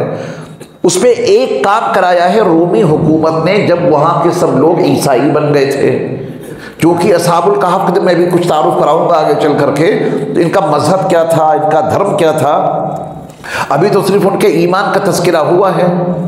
लेकिन जब उनके गार में काम का तज़किरा आएगा उसमें आपको बताया जाएगा कि गार जब आप देखेंगे तो साहब उसका दरवाज़ा बड़ा शानदार बना है, नक्काशी है, अंदर आप जाएंगे तो बड़े सलीके से कमरा जैसा बना है, दाईं जानिब बाईं जानिब। अगला आप जाके हिस्सा देखें, गार जैसी कोई चीज़ आपको उसके अंदर जाके नज़र नहीं आएगी कि ये गार है।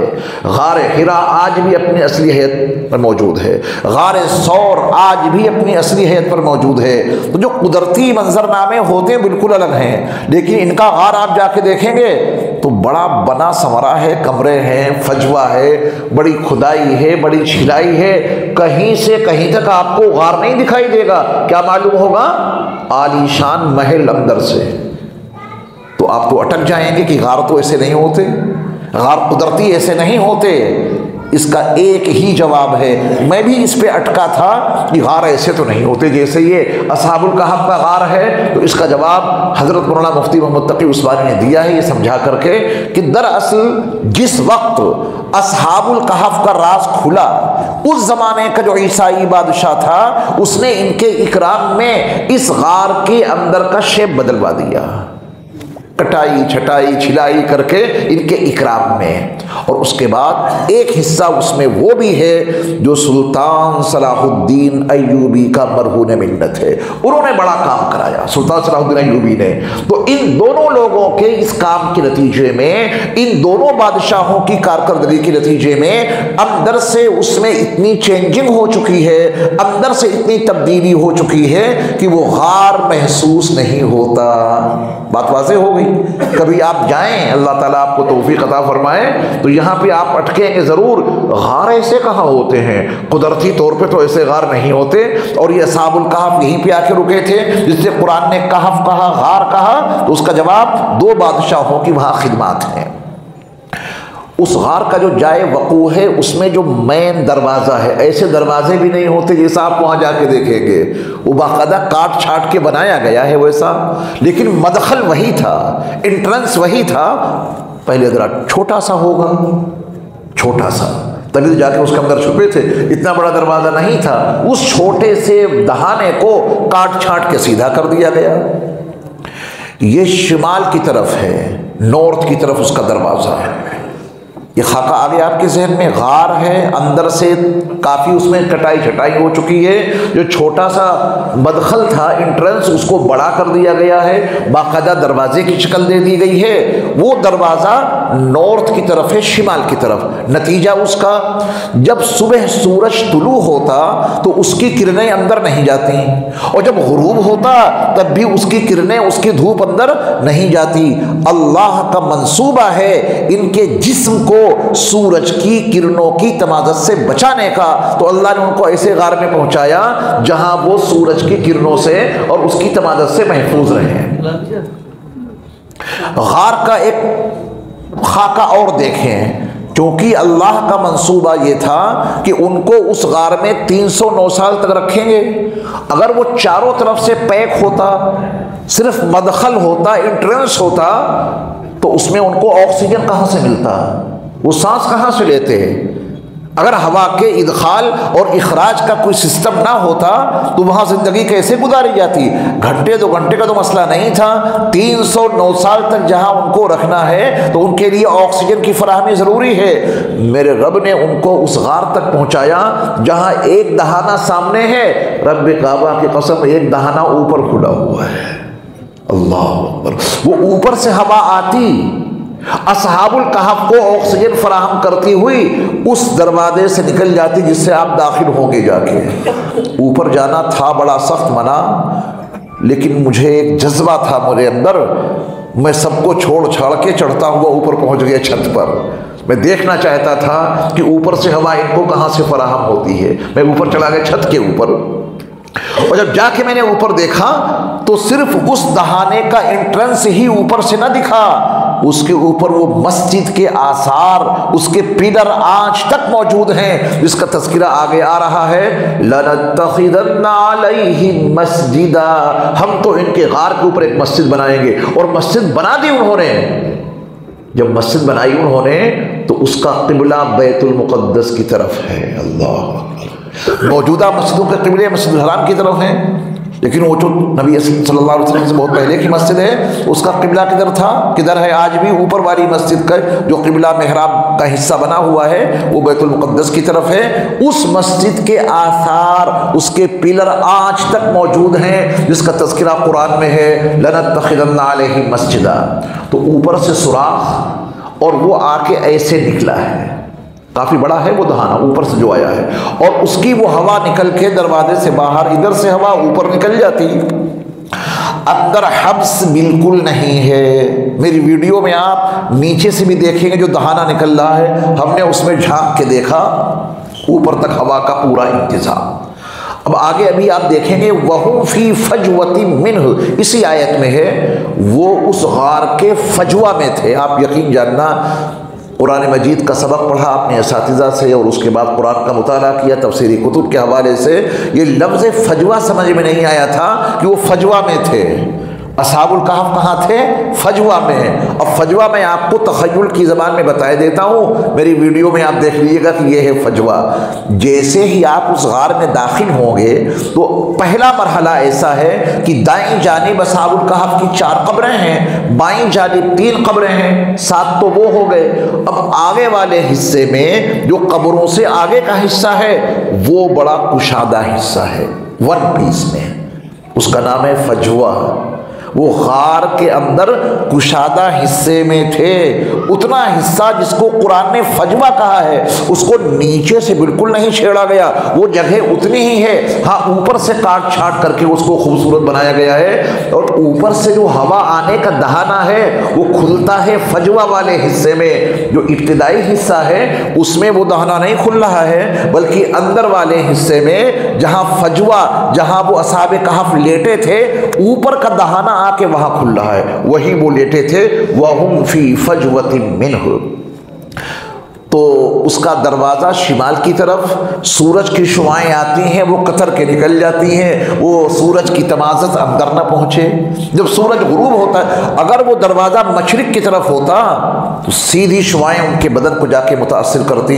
मौसम हर तरह का होता है, गर्मी में आप सो रहे हो और सूरज की तमाज़त भरी शुआएं आपके बदन पे पड़ती हैं तो आप बेदार हो जाते हैं। मेरे रब ने उनको ऐसे गार में पहुँचाया जिसका दहाना पूरब की तरफ नहीं था, उसका दहाना पश्चिम की तरफ भी नहीं था, उसका दहाना शिमाल की तरफ था, ताकि सूरज की शुआएं कतर कतर के निकल जाएं तुलू के वक्त में और गुरूब के वक्त में। और ऊपर का दहाना बिल्कुल ऐसे नहीं था कि जब दिन के 12 बजें तो सूरज की शुआएं डायरेक्ट आ जाएं, वो भी साइड में ऐसे होके फिर ऐसे दहाना है। तो वहाँ जब दोपहर में भी सूरज की शुआएं उस दहाने पर तो आती थी नीचे तक, लेकिन जहाँ से वो यूटर्न होता है उसका हिस्सा मुड़ता है तो उन तक सूरज की शुआएं नहीं पहुंचती थी।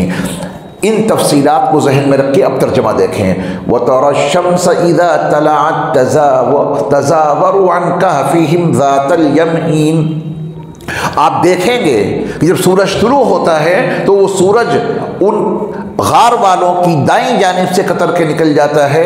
व इज़ा ग़रबत तक़रिज़ुहुम ज़ात शिमाल, और जब वो ग़ुरूब होता है तो शिमाल की तरफ से कट के उसकी शुआएं निकल जाती हैं। वहुम फ़ी फ़जवतिन मिन्हु, और वो उस गार के फजवा में थे, यानी कुशादा जगह में।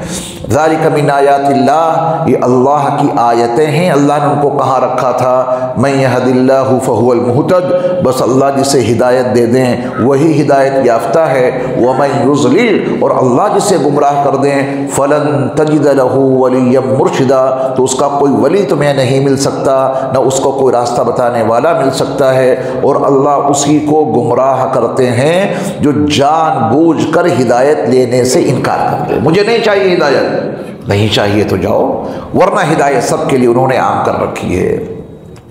बस आज का सबक यहीं तक, फिर कभी मौका होगा तो इंशाअल्लाह हम सुना देंगे।